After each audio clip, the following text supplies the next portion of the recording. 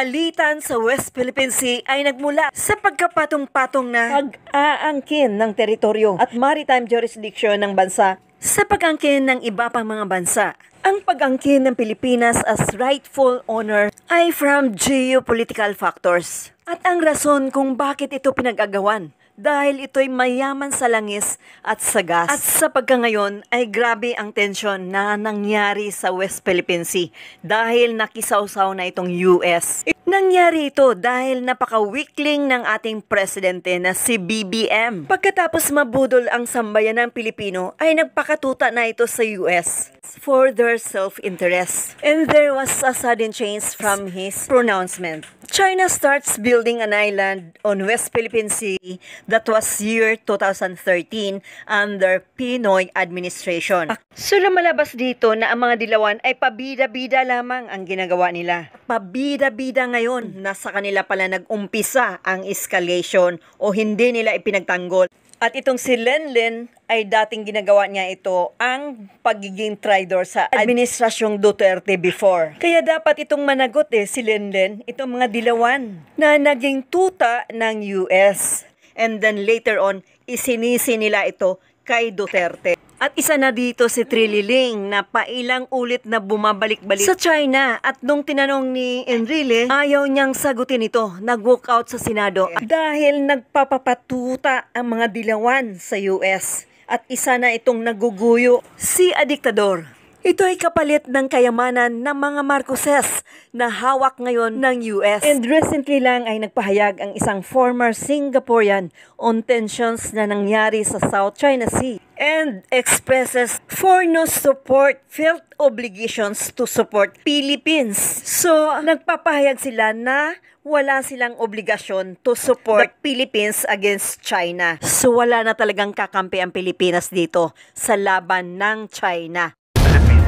Now doing this without domestic politics. President Duterte reached some kind of an understanding with China, including the beach LSC on Renai Jiao. But under President Marcos, they felt that was unfair, and they want to repair that ship which is breaking down. And that's the proximate cause of the current tension. When the Philippines took China to UNCLOS, it never consulted ASEAN. So ASEAN felt no obligation to support the Philippines. And over the second Thomas Show or Renai Jiao, ASEAN shows great discomfort because they really don't want escalation and conflict in their own backyard. I remember reading through the UNCLOS Tribunal report. It was about 400 pages. And I thought it was kind of strange because China wasn't there and it judged to be a weak case. I think the legality of China's claims not weak at all.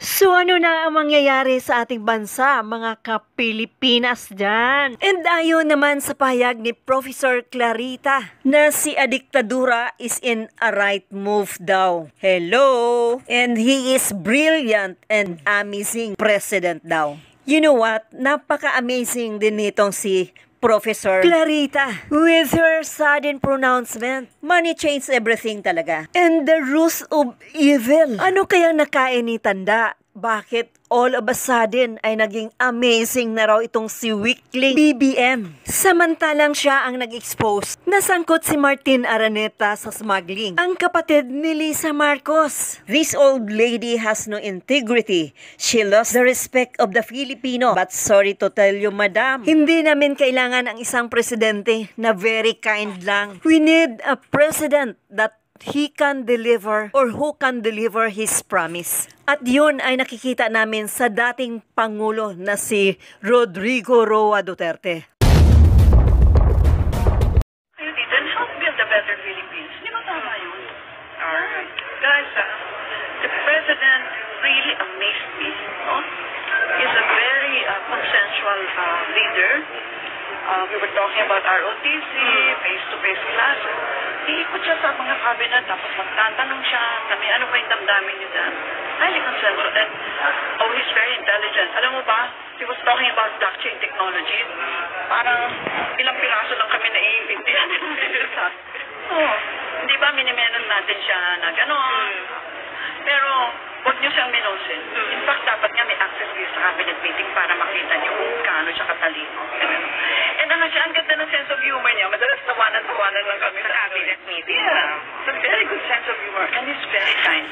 Oh, take note, sabi ni Professor, very kind daw. Sang-ayon ba kayo? Generally speaking, na real talk na naman ang Pilipinas. And we cannot expect some help from neighboring countries or ASEAN countries. And kung sino man yung architect of foreign policy is delusional. He wants to see how the rabbit hole prodded by Uncle Sam. This is purely politicizing. Pagkatapos ayusin ang bansa ng dating Pangulong si Duterte, ay ito na naman, sisirain ang lahat ng nasimulan. Sa ilalim ng administrasyong ito, we expected so much the continuity of the previous administration from Duterte and the welfare for the Filipinos na nasimulan ng dating Pangulong si Duterte. So good luck Pilipinas sa kamay muli ng mga oligarkiya sa pamumuno ni Lisa Marcos. Comment down.